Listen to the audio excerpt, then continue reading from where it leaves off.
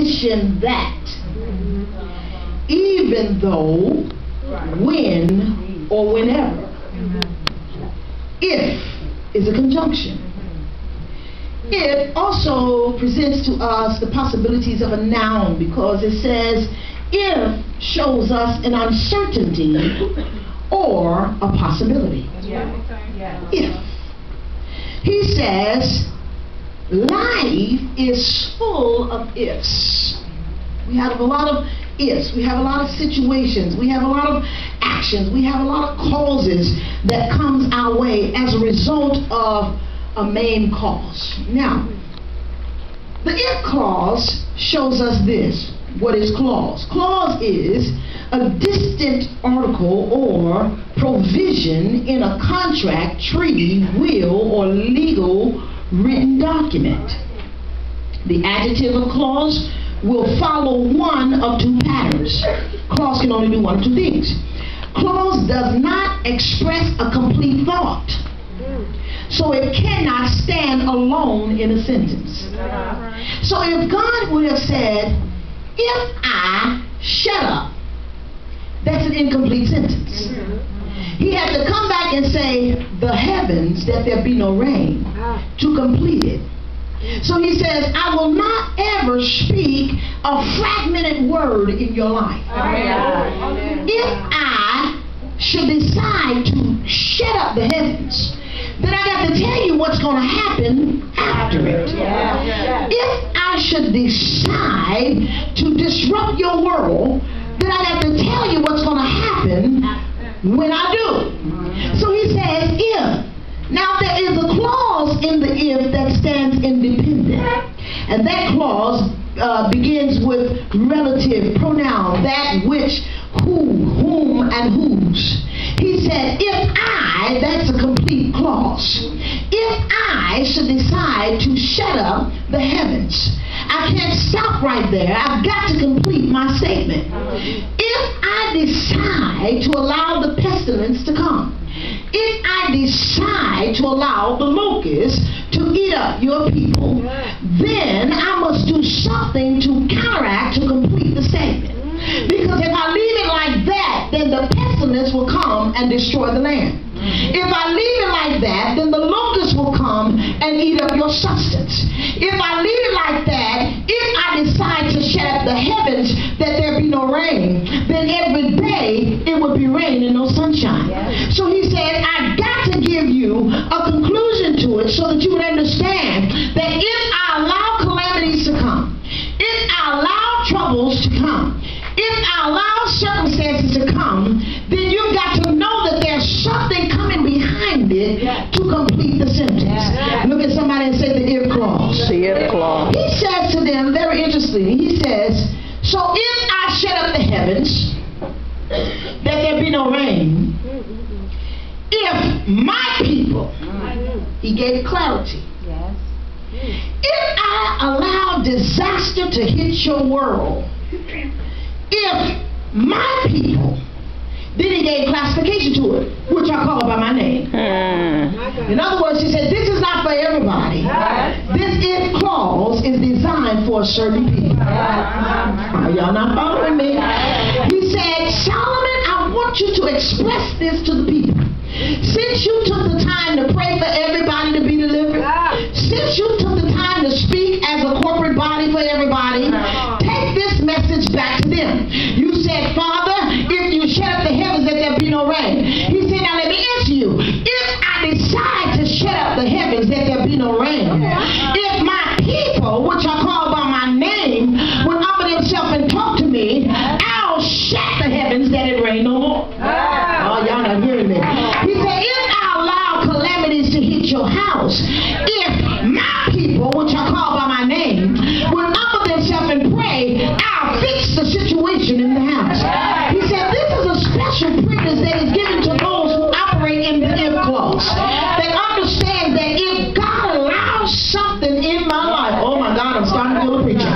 He says, if I shut up the heavens and there be no man, if I command the locusts, if I send pestilence, if I allow you to lose everything you have, if I allow you to lose your car, if I allow your marriage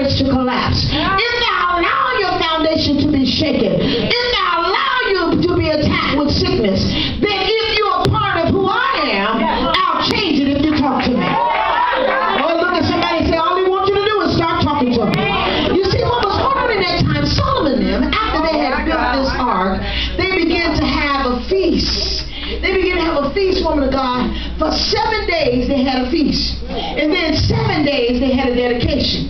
And after the 7 days of the feast and the dedication, on the 23rd day, he dismissed the congregation. He said, now go your way. But what he didn't tell them was, if God decides to take you through hell, you've got to be included in the if clause to get results. And the Lord spoke to me. He said, the reason why I'm not moving for some of the people in the church is because they're not included in the if clause. They don't know who I really am. They're operating in the house of God. They speak with me about their lips, but their hearts are far from me. He said, they say that they know me, but they don't really know who I am. He said, because if you really knew who I was, I would be able to snatch you out. Then he said something to me that I had to really stop and think about, Sister Christy. Oh, God. It's something when the Lord show you you.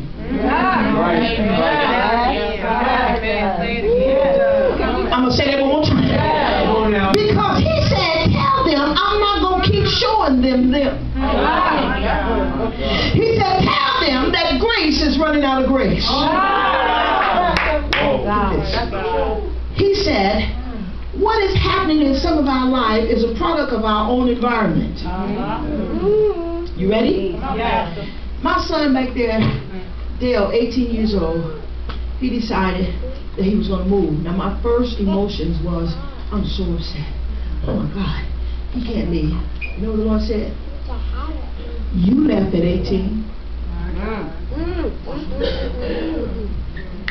He said, you were the baby just like him.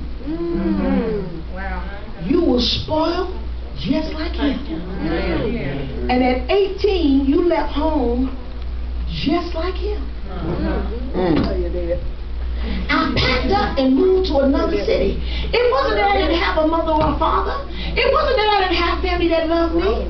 I felt the need to break the ties and get away to go get something so that I could come back. He said, now why are you trying to box him in when he's a product of your environment?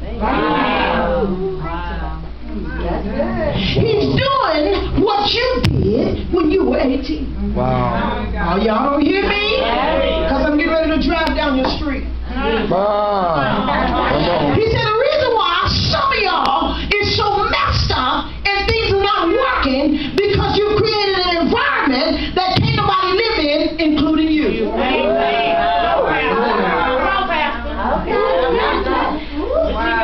He said your children are a product of your environment. That's right.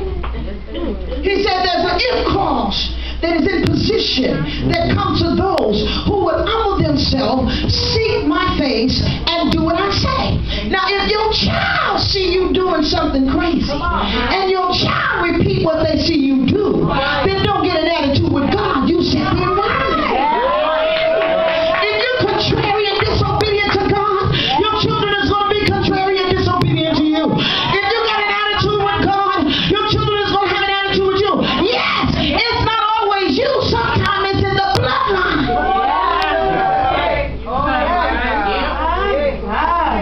He said the if clause works to those who are mine. He put a stipulation. He said, if my people. He said, you want some results? You get it together and belong to me, and I'll fix your stuff.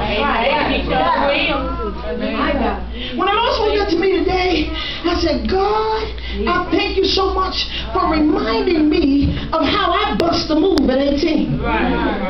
Because my son is a product of my environment. And he said, whatever you build in your house, that's what's going to bleed over on your children.